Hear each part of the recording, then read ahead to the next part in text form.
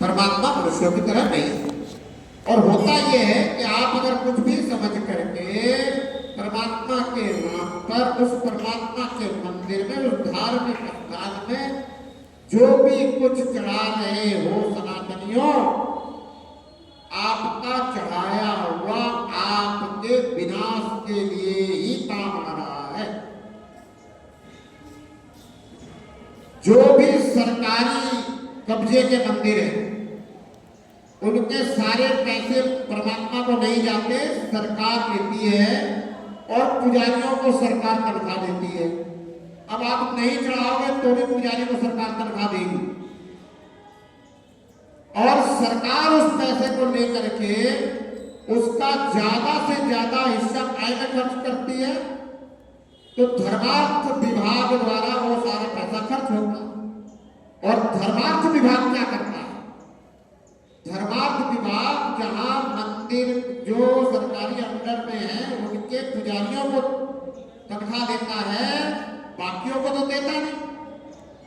जो मंदिर सरकार के अंडर में नहीं है उन पुजारियों को तो सरकार देती नहीं।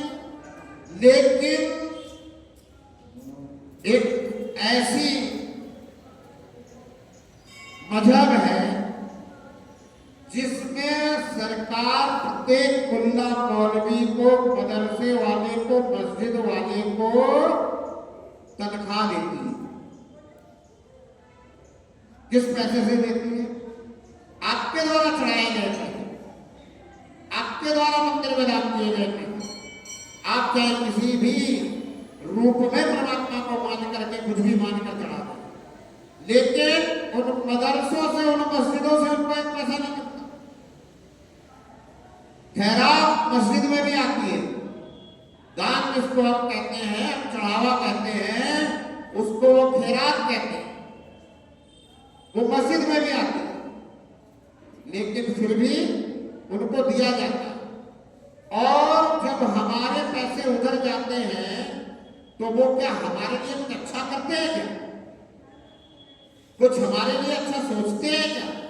नहीं, वो तो दिन रात एक ही बात में लगे हुए हैं कि कैसे ये खत्म हो, कैसे कुछ तो मार दिए जाए और कुछ डरा करके मुसलमान बना लिए जाए। पहले भी तो यही किया है, इतिहास साक्षी है। इतिहास से हमें सीखना चाहिए। मैंने अभी आपसे कहा था धीरे बोलूंगा, लेकिन जब बात आती है तो अपने आप ही ऑटोमेटिक आवाज बढ़ जाती है। तो इतिहास इसका साक्षी है। अब इस साक्षी बात को भी हम नहीं समझे और हम चढ़ावा उन बड़े मंदिरों में जिनमें लोग चढ़ा ही रहे हैं, लालच के कारण, डर के कारण चढ़ाते ही रहे, तो वो हमारे विरोध में ही काम आ रहा कि नहीं आ रहा? आ रहा। अब दूसरी बात और समझो, जो मंदिर सरकार के कब्जे में नहीं है, जो धार्मिक स्थान सरकार के कब्जे में नहीं है, जो मठ सरकार के कब्जे में नहीं है, और वो अगर किसी नशेड़ी के कब्जे में है, तो देखने में तो आपको महात्मा ही दिखेगा, क्योंकि चोले तो यही पहनेगा, या तो सफेद या काला या लाल या पीला या भगवा या एक रंगा या नौ रंगा या चौरंगा, अपने अपने हिसाब से अपना अपना देश बना दिया है। क्यों? क्योंकि सनातन में एकत्व नहीं, सनातन में समत्व नहीं है, सब अपनी अपनी चलाते हैं।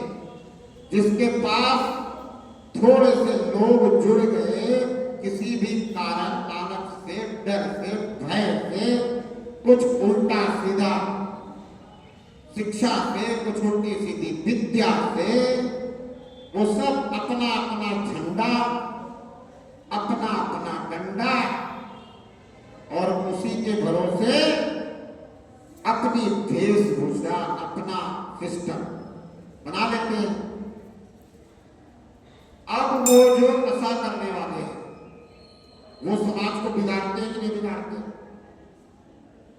आपका चढ़ाया हुआ धन आपके ही समाज को बिगाड़ने में, आपके ही समाज का एक व्यक्ति जो ये समझता है कि नशा करने से भक्ति होती है, जबकि नशा करने से भक्ति नहीं होती है। नशा करने के बाद दोबारा नशा करने के लिए नशे की प्राप्ति कैसे हो, उसकी व्यवस्था करने में ही जीवन उनका निकल जाए। तो आप अगर वहां भी चढ़ाते हो तो सब व्यर्थ। तो इसलिए मेरा ये कहना है कि आप परमात्मा के नाम पर कहीं ना चढ़ाएं, परमात्मा को कुछ नहीं चाहिए। जितने अच्छे मंदिर हैं, जहां अच्छी व्यवस्था है, वहां दान देने के लिए व्यवस्था है। आप वहां सहयोग के रूप में दें, ताकि उस मंदिर की अच्छी व्यवस्था हो, उस मंदिर के पुजारी को अच्छी से अच्छी जीवन जीने के लिए सब कुछ प्राप्त हो सके। ऐसा मैं इसलिए कहता हूं क्योंकि मंदिर जो है वो हमारे सनातन की अब पहली सीढ़ी बन गई है। और पहली सीढ़ी अगर मजबूत नहीं होगी तो दूसरी पे कैसे चलो। अगर यहाँ ये गीता भवन नहीं होता, ये मंदिर नहीं होते, ये व्यवस्था नहीं होती,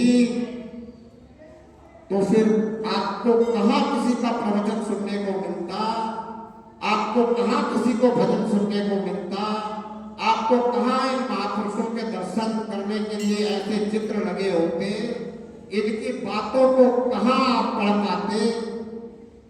बड़ा मुश्किल था। तो इसलिए ये पहली सीढ़ी को संभालना है, लेकिन संभालने का मतलब ये नहीं है कि हम मालिक को और कुछ मालिक को मालिक रहने दें।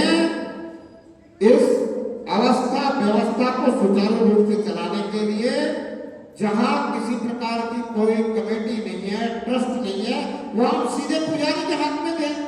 क्या दिक्कत है? क्यों हम पुजारी के हाथ में सीधे नहीं दे सकते? दे सकते हैं, और हमें देना चाहिए। हमें समझना चाहिए कि जितनी संपन्नता से मैं जीना चाहता हूं, उतनी संपन्नता से ये पुजारी का जीवन और पुजारी के परिवार का जीवन भी होना चाहिए। तभी तो आगे पुजारी का पुत्र पुजारी बनेगा। अन्यथा तो आज पुजारी ढूंढने पड़ रहे, पुजारी मिले नहीं रहे। और पुजारी भी अपने पुत्र को पुजारी के अलावा और कुछ बनाना चाहता। वो भी कहता है कि बेटे पढ़ लिख करके इंजीनियर बन, डॉक्टर बन, और संत कहते हैं कि कुछ भी बनो बुलाओ, पर पहले इंसान बनो। कम से कम जो मंदिरों के पुजारी हैं वो भी इंसान बन जाए। मठ मंदिरों में अगर इंसानियत सिखाने लग जाए, मानवता सब में डालने लग जाए, तो बड़ी अचरज की बात हो जाएगी। पूरी दुनिया आनंददायक हो जाएगी, सबकी दृष्टि सत्य हो जाएगी। तो सत्य दृष्टि होगी तो ये सृष्टि आनंदित दिखेगी। सत्य दृष्टि, आनंदित दृष्टि, कहते हैं ना जैसी दृष्टि वैसे सृष्टि। तो सत्य दृष्टि, आनंदित दृष्टि। अब इसी के लिए ये मठ मंदिर सब बनाए गए थे। उनमें इसीलिए महापुरुषों की मूर्तियां लगाई गई थी कि आप इस मूर्ति को देखकर अपने आप को सुधार।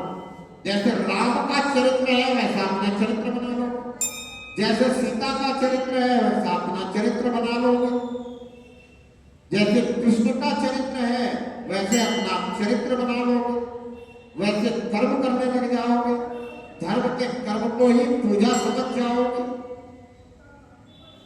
और परमात्मा से प्रार्थना करते हुए सच्चाई ईमानदारी से अच्छे और बहुत अच्छे कर्म धैर्य पूर्वक करते रहोगे, और भाव निर्मल होगा, भाव पवित्र होगा, तो परमात्मा कृपा करके आपके लिए प्रकट होगा।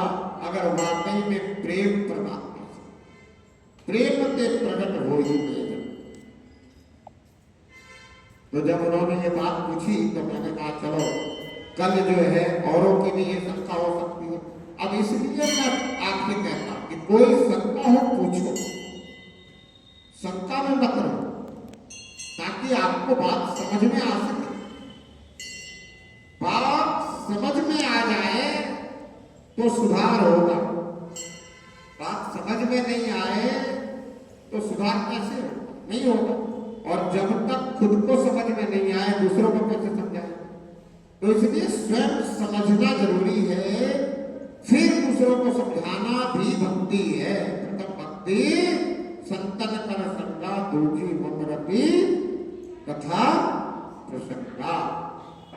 अब ये बात आपके समझ में आ गई कि आपने मालिक को ना देकर के, जो मालिक का दास है, जो पुजारी है, जो वहां साफ सफाई कर रहा है, जो वहां के रख रखाव कर रहा है, जो वहां आपके आने बैठने रहने की अच्छी व्यवस्था बना रहा है, उसको आपको देना है।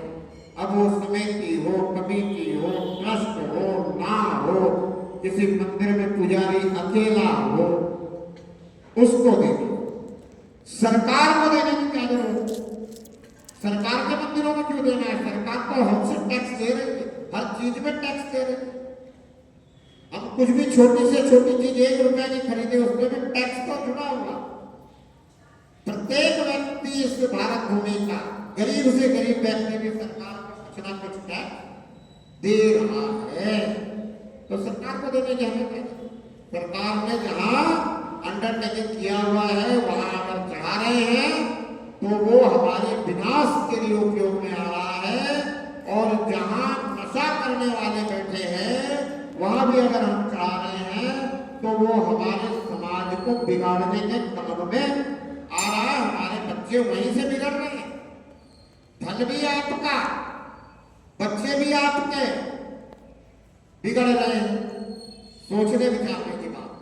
तो मैं कहता हूं जिस गांव में, जिस मोहल्ले में, जिस वार्ड में अगर ऐसी कहीं कोई धार्मिक स्थान पे व्यवस्था चल रही है तो आप उसमें सुधार लाइए। आप वहां बैठे पुजारी संत महात्मा से सिर्फ इतना निवेदन कीजिए कि प्रभु आप चाहे जितना लीजिए। हमारे शंकर जी ने जहर दिया था, आप चाहे जहर पीजिए, लेकिन आप किसी गृहस्थी को अपने साथ यहां ना उठाए। इतना तो कर सकते हो कि नहीं कर सकते? इतना करना चाहिए कि नहीं करना? समाज को बचाना चाहिए कि नहीं बचाना? अपने बच्चों को, अपने रिश्तेदारों को नशे से बचाना है तो ये करना चाहिए। इसके लिए आगे बढ़ना चाहिए। अच्छे लोग अगर बोलते नहीं हैं तब जो है बुरे आगे बढ़ के बुराई करते हैं, जबकि दुनिया में अच्छे ज्यादा है, बुरे कम है। दुनिया में अगर आप सर्वे करवाओ तो इस दुनिया में नशेड़ी 20% से ज्यादा नहीं मिलेगा। बिल्कुल मैं आपको लिख के दे रहा हूं, 20% से ज्यादा नशेड़ी नहीं मिलेगा। 80% अच्छे लोग हैं जो कोई नशा नहीं करते, क्योंकि चाय तो अब नशे में है। चाय तो 1000 में से 999 लोग पीते हैं, कोई एक ही 1000 में से बच रहा होगा तो चाय नहीं पीता। तो चाय अब नशे में नहीं है, चाय अब व्यसन में नहीं है। चाय तो अब शरीर की जरूरत बन गई है। अगर इसको भी छोड़ सको तो अच्छी बात है, क्योंकि जब डॉक्टर कहता है तो छोड़ते ही हो, छोड़नी पड़ती ही है। डॉक्टर कह देता चीनी मत खाओ तो नहीं खाते हो, लेकिन संत महात्मा कितना भी चिल्लाते रहे, योगी पुरुष कितना भी बोलते रहे कि ये केमिकल से भरी हुई है, तो भी आप मानते नहीं। वो कहते रहे कि चीनी खाने से सैकड़ों बीमारियां होती हैं, फिर भी आप मानते नहीं। वो कहते रहे कि भाई चीनी की जगह तुम गुड़ खा लो, फिर भी आप मानते समझते नहीं हो। आपको तो स्वाद चाहिए, नाना प्रकार का व्यंजन चाहिए मीठे। आपका काम गुड़ से नहीं चलता, जबकि आपके पूर्वजों ने गुड़ से काम चलाया और बलिष्ठ रहे, बलवान रहे, सेहतमंद रहे, बीमारियों से दूर रहे। लेकिन आप जरा स्वाद के चक्कर में ज्यादा पड़े और आप अपने बच्चों को भी स्वादी बना देते हो। ले ये खा, ले वो खा, ले ऐसा खा, ले तेरे लिए ऐसे बना दो, ले तेरे लिए वैसे बना दो। स्वादी बना के छोड़ते हो। जिसके पास भी जरूरत से ज्यादा है वो स्वाद के चक्कर में पड़ता ही पड़ता है। अब जिसके पास जरूरत भर का ही है वो भी देखा देखी, बोला भाई वो अपने बच्चों को खिला रहे हैं तो मैं भी कुछ ना कुछ तो खिलाई दूं, कुछ तो बनाई दूं। उस चक्कर में और ज्यादा गरीबी का एहसास, निर्धनता का एहसास करते। क्यों? क्योंकि देखा देखी करना है, सेहत के बारे में विचार नहीं करना है, सोचना नहीं है कि ये शरीर मैं नहीं हूं, शरीर रूपी यंत्र मुझे मिला हुआ है, तो इस यंत्र को जो चाहिए ऊर्जा के लिए वो डालो। कार में जिसमें पेट्रोल चाहिए उसमें डीजल डालोगे क्या? पेट्रोल वाले में पेट्रोल, डीजल वाले में डीजल, मोबिल की जगह मोबिल, जल की जगह जल। लेकिन ये शरीर भी वैसा ही है, गाड़ी है ये, जब तक चलती है, बोले चलती का नाम, चलती को कहते गाड़ी, रुकने पे छकड़ा नाम है। जब तक चल रही है तब तक गाड़ी है। अब इस गाड़ी को भी ऊर्जा चाहिए, ऊर्जा चाहिए तो जो खाने से ऊर्जा मिले वही खाना चाहिए। जीने के लिए इस शरीर में कुछ डालना चाहिए कि बस जीभ के स्वाद में डालते रहना चाहिए। और स्वाद कहां तक है? अनुभव करो, कहां तक स्वाद है? बस यहां से नीचे उतरा और स्वाद खत्म। एक दिन में ऐसे बोल रहा था, बोला महाराज जी मिर्च जरा थोड़ी तेज खा के देखो फिर स्वाद में अपना चलेगा। मैंने कहा फिर खाने क्यों ऐसी वस्तु का उपयोग करो जिससे शरीर खराब हो?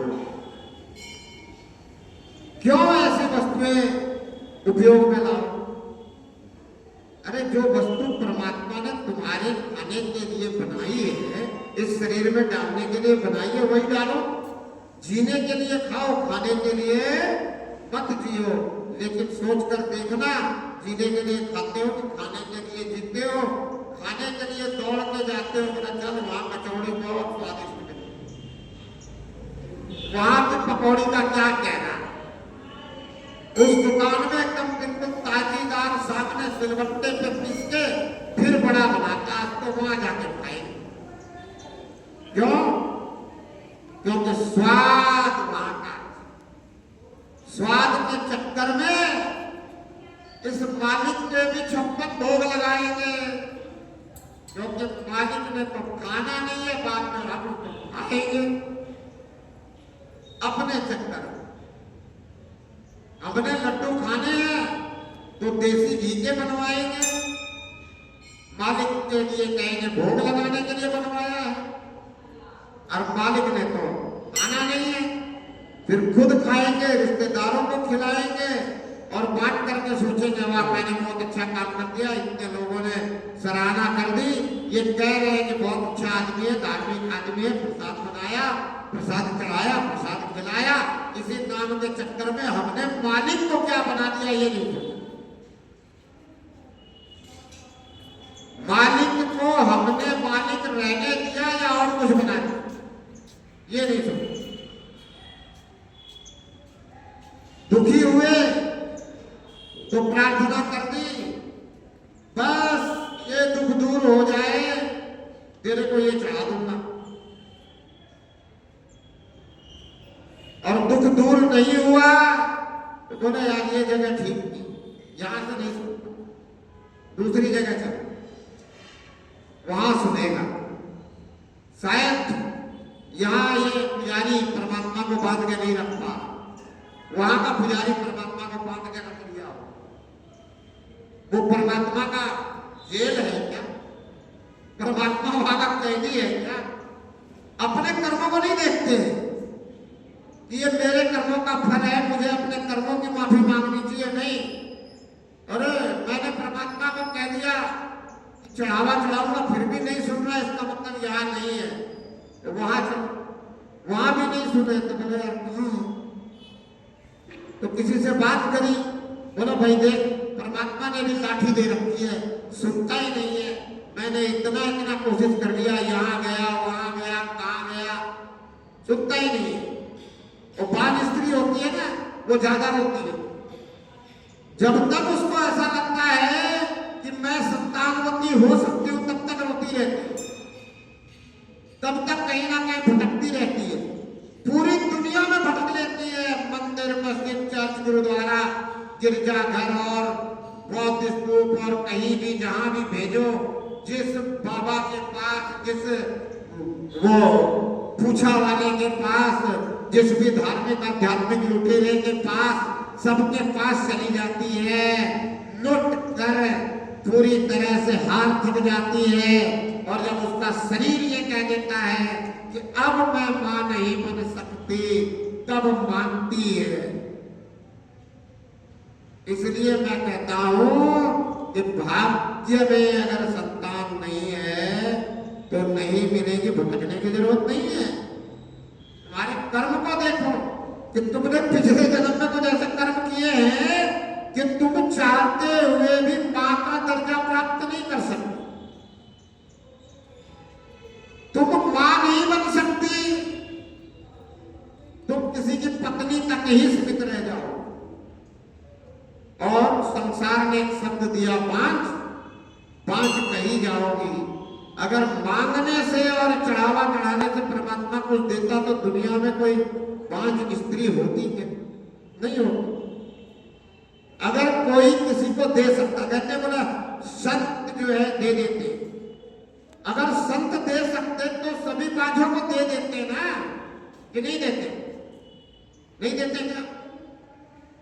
किसी संत को आप सुन लो कि वो पुत्र धन की प्राप्ति दे सकता है, संतान धन दे सकता है, उसके कहने से संतान हो जाता है, तो आप सभी बातों को आप भेज नहीं दोगे क्या, जितनी आपकी नजर में हो? तो सबके पुत्र हो जाएगा क्या? सोच कर देखो, विचार कर देखो। भाव की बात है, भावना को समझो, सत्य को समझो, प्रेम को समझो, तो अपने कर्म को भी समझो। अगर कर्म को नहीं समझ पाओगे तो भावनाओं में बह जाओगे, प्रेम में धोखा खाओगे। सत्य को ना समझने के कारण असत्य को ही सत्य मानकर जीवन भर असत्य के साथ लटके रहोगे और कहीं ना कहीं असत्य में ही भटकते रहोगे, सत्य को समझ नहीं पाओगे। इसलिए समझना यह है कि जो कुछ मिलता है वो हमें अपने कर्म का, जो हमने पिछले जन्मों में कर्म किया वो भाग्य बनकर मिलता है। तो पिछले जन्मों का कर्म किया हुआ दुर्भाग्य बनकर भी मिलता। आज हम जो कर्म कर रहे हैं वो हमें आगे कल परसों तरसों जब तक जीवन है तब तक इस जीवन में भाग्य सौभाग्य या दुर्भाग्य बनकर मिलेगा। और अगर हम जीवन भर कर्ता ही बने रहे, कर्म के पीछे ही भागते रहे, अकर्ता नहीं बने, परमात्मा से ये प्रार्थना नहीं करी कि जो मेरे जीवन में सबसे अच्छा होना चाहिए वो तू जानता है और तू करवा ले, मैं करता नहीं रहूंगा, मैं तो अकर्तापन के भाव में आ गया हूँ, मैं तो तेरे शरणागत हो गया हूँ, अब मेरे शरीर से वो होने दे जो तू चाहता है। तो हम आगे आने वाले जन्म के लिए भी तैयारी कर रहे हैं, उसमें भी अपने किए हुए कर्मों का भाग्य सौभाग्य दुर्भाग्य लेकर चलेंगे। अगर कोई आपसे कहता है ना कि खाली हाथ आए थे खाली हाथ जाओगे, तो वो दुनियावी चीजों की बात कर रहा, वो सत्य की बात नहीं कर रहा। ब्रह्म सत्यम जगत मिथ्या, संसार असत्य है और वो असत्य की बात कर रहा है कि खाली हाथ आए थे खाली हाथ जाओगे।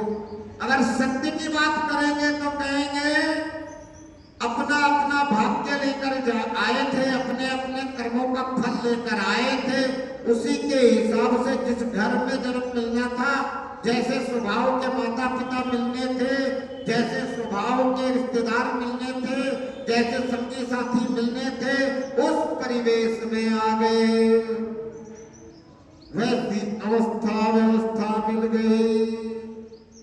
अब आगे भी अगर आज के कर्म लेकर पुनर्जन्म होगा तो फिर यही कर्म आपका भाग्य सौभाग्य या दुर्भाग्य बनकर आपके साथ जाएगा। इसलिए पूरी बात को समझ लो, सिर्फ असत्य में मत अटके रहो कि खाली हाथ आए थे और खाली हाथ गए। ये असत्य की बात है। ब्रह्म सत्यम जगत मिथ्या, ये संसार पूरा असत्य है। क्यों? क्योंकि ये बदलता रहता, हर क्षण बदल रहा। मेरा ये शरीर हर क्षण बदल रहा। यहां आने के बाद शरीर में व्याधि खांसी हो रही है, तो बदलाव हमेशा इस शरीर में हो रहा है, लेकिन मुझ में बदलाव हो रहा है। मैं जैसा इस शरीर के बचपने में शरीर में अपने आप को महसूस कर रहा था, वैसा ही आज बुढ़ापे में महसूस कर रहा हूं कि नहीं कर रहा हूं। यह अनुभव की बात है। इसलिए संत महात्मा कहते हैं अनुभव गम्य भजे सो संता। जो अपने अनुभव को समझ करके अनुभव से परमात्मा का एहसास होने पे इस परमात्मा से जुड़ता है, इस बेअंत से जुड़ता है, वही संत है। उसमें सन्यासी और गृहस्थी का कोई फर्क नहीं। एक सदगृहस्थ भी संत हो सकता है और एक सन्यासी भी संत हो सकता है। सदगृहस्थ और सन्यास्त तो जीवन जीने का अपना अपना तरीका है। किसी ने सदगृहस्थ अपना लिया, अपनाना पड़ा, किसी ने जबरदस्ती किसी को सदगृहस्थ में धकेल दिया, चलना पड़ा। चल रहे हैं, चलते रहो, कर्म अच्छे और बहुत अच्छे करने का प्रयास करते रहो सच्चाई ईमानदारी से। पर कर्म करते हुए प्रार्थना हो जाए, इसके लिए ये बात दिमाग में बिठा लो कि प्रार्थना करते हुए सब कर्म करना। और जब प्रार्थना करते हुए सब कर्म करोगे तो अच्छे और बहुत अच्छे कर्म होंगे। और जिस दिन परमात्मा प्रार्थना सुन लेगा, उस दिन से जो आपके जीवन में सबसे अच्छे कर्म होने चाहिए वो होने लग जाएंगे। और जब परमात्मा करवाने लग जाएगा तो कर्म फल के बंधन से मुक्त हो जाओगे, पुनर्जन्म नहीं होगा, आवागमन से मुक्ति हो जाएगी। क्योंकि जब परमात्मा करवाने लगता है तो वो दृष्टि दे देता है जिससे परमात्मा करवाता हुआ दिखता है, फिर निश्चितता हो जाती है। फिर कबीर के जैसा कहता है कि जब मैं था तब हरि नहीं। जब मैं था, मैं मतलब अहंकार कि मैं कर रहा हूं, मैं कर सकता हूं, मैं जप करूंगा, मैं तप करूंगा, मैं उपवास करूंगा, मैं व्रत करूंगा, मैं ये करूंगा, मैं वो करूंगा, तब तक हरि नहीं। और जब ये बात समझ में आ गई कि मैं कुछ नहीं कर सकता, मेरी तो मजबूरी है कि करना पड़ रहा है, क्योंकि तू करवा नहीं रहा है, तो अब प्रार्थना हो रही है कि करवा है। और जब ऐसी प्रार्थना शुरू हो गई, जब अहंकार निकल गया कि मैं तो कुछ नहीं, तू सब कुछ है, तू सब कुछ करवा सकता है, तू जानता है कि मेरे जीवन में सबसे अच्छा क्या होना चाहिए, मैं तो जानता ही नहीं, मैंने तो सिर्फ दुनिया वालों से सुना है कि ये अच्छा है, ये अच्छा है और ये सबसे अच्छा है। बोले एक संत जी आए, वो बता गए, बोला अपने शरीर के लिए कुछ करो बिना किसी को दुख दिए तो अच्छा है, और दूसरों के शरीर के लिए भी कुछ कर दो बिना किसी को दुख दिए तो बहुत अच्छा है। तो अच्छा और बहुत अच्छा समझ में आ गया, लेकिन सबसे अच्छा तो संत जी भी नहीं बता पा रहे क्या है कि मैं क्या करूं। संत जी भी यही कह रहे हैं कि तुम परमात्मा से जुड़ो और परमात्मा से प्रार्थना करो कि तू जानता है कि मेरे जीवन में सबसे अच्छा क्या होना चाहिए, बस तू करवाने लग और तू करवाते हुए दिख जा, फिर क्या है, फिर तो आनंद ही है। फिर तो मृत्यु के समय में कबीर जैसा कहता है कि जब मृत्यु आई है तो मैं रो रहा, राम बुलावा देख के दिया कबीरा रोए, जो सुख साधु संग में सो सुख बैकुंठ न हो।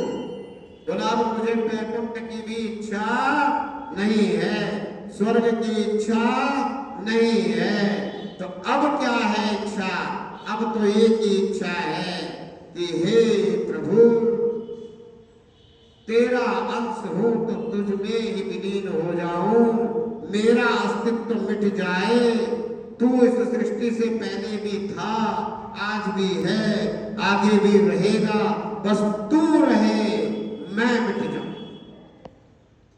तो जीवन में अगर मैं मेरी मिटेगी तभी प्रभु की कृपा से परमात्मा का साक्षात्कार होने पे, हर पल परमात्मा में ध्यान रहने पे, मृत्यु के समय परमात्मा में ध्यान रहने पे ये बात बन सकती है, क्योंकि अंतमता शोकता इस बात में कोई नहीं खता, ये बात पक्की है बिल्कुल। और ये मान लो, क्यों मान लो, क्योंकि आप देख रहे हो जो चीज जिसकी है उसमें मिलके खत्म हो जाती है कि मिट्टी से जो कुछ बना है वो मिट्टी में मिलके मिट्टी हो जाता है कि नहीं, और जब मिट्टी से मिल करके मिट्टी हो जाने के बाद आप उसको मिट्टी में ढूंढ सकते हो क्या?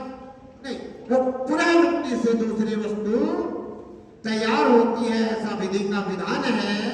तो ऐसा ही विधि का विधान है कि आप जब परमात्मा में विलय होकर के अपने आप को मिटा दोगे, आपका अस्तित्व खत्म हो जाएगा, तभी आपका आवागमन रुकेगा। हालांकि नई आत्मा पुनः परमात्मा सृजन करता रहेगा, परमात्मा का काम सृजन करता, लेकिन आपका पुनः आवागमन रुक जाएगा, आपका पुनर्जन्म रुक जाएगा। ये बात अगर जिसके समझ में आ गई उसको अब लग जाना चाहिए कि नहीं लग जाना? अब कुछ लोग सोचते हैं बोले महाराज जी रोज यही बात बताते हैं, महाराज जी को तो पूरी समझ में आ गई होगी, महाराज जी तो पूरी तरह से लगे हो, पर अपना काम यही है दूसरे के बारे में सोचते हो, अपने बारे में नहीं। अब बुराई देखेंगे दूसरे की, अब अच्छाई देखेंगे दूसरे की, अपनी ना बुराई देखते ना अपनी अच्छाई देखते। हाँ, खुश बहुत होते हैं जब कोई हमें अच्छा कहे, और नाराज बड़ी जल्दी हो जाते हैं जब कोई थोड़ा सा बुरा हमें कहे। मैं कहता हूं मेरे बारे में छोड़ो सोचना, बात सही अगर आप तक पहुंच रही है तो आप ये मान लो कि ये व्यक्ति दूसरे को उपदेश देने में कुशल है। मेरे बारे में चिंता मत करो, मेरी सोच मत, क्या पता मैं आपको सारी बात बता रहा हूं इसमें मैं चलता ही खुद ना हूं, तो मेरे बारे में चिंतन करने का क्या फायदा? आपको स्वयं के बारे में चिंतन करो कि आपको जो बात बताई गई है वो सही है या नहीं, और सही है तो आपको करना है, सही पे चलना है, सत्य को समझना है, सत्य को पाना है, असत्य को समझना है, असत्य को छोड़ना है, असत्य को पहचान रहे हैं क्योंकि इन असत्य की आंखों से दिख रहा है, सत्य को पहचानना है तो सत्य की आंखें मांगनी, ये आपको करना है। मेरे करने और ना करने से आपको कोई लाभ नहीं है, इसलिए कहा सुनो सबकी, करो वो जो सबसे अच्छी हो, जो सबसे सच्ची हो, सबकी सुन लिया और फिर मन की करोगे तो इंद्रियों में फंसोगे, गर्त में फंसोगे, संसार में ही फंसे रहो, संसार से ऊपर नहीं उठ पाओ। इसलिए संसार से अगर ऊपर उठना है तो संतों की सुनो, सुनो सबकी, और करो क्या, जो आपको समझ में आए कि सच्ची है। अब आपको कैसे समझ में आएगा कि क्या सच्ची है? कैसे समझ में आएगा? क्या कोई संत झूठ बोलता है? सब संत की सच्ची तो होती है, सब संत की अच्छी तो होती है, कोई संत झूठ नहीं बोलता, ऐसा आप मानते हो ना? लेकिन संत होना चाहिए ना, कोई मेरे जैसा चालाक हो, असंत हो, और फिर वो आपको सच सारा कुछ बता करके और आपको मोहित तो कर ले। आप सोचो कि बहुत अच्छे संत हैं, और जब आप उसके पास चले जाओ तो फिर अगर वो परमात्मा का मालिक न बता करके और कुछ बता करके आपको और कुछ टोटल बता दे तो आप तो उसमें फंस जाओगे, क्योंकि आप तो लालच में गए हो उसके पास। तो जब तक आपके अंदर लालच रहेगा, कोई भी सांसारिक लालच, तब तक आप न संत को पहचान पाओगे, न सत्य को पहचान पाओगे, न सत्य की तरफ जा पाओगे। बस किसी की बात से मोहित हो जाओगे तो फिर अपने लालच को लेकर के उसके पास चले जाओगे। तो बहुत से लोग मेरे पास आ जाते हैं, कहते महाराज जी मैं तो बहुत दुखी,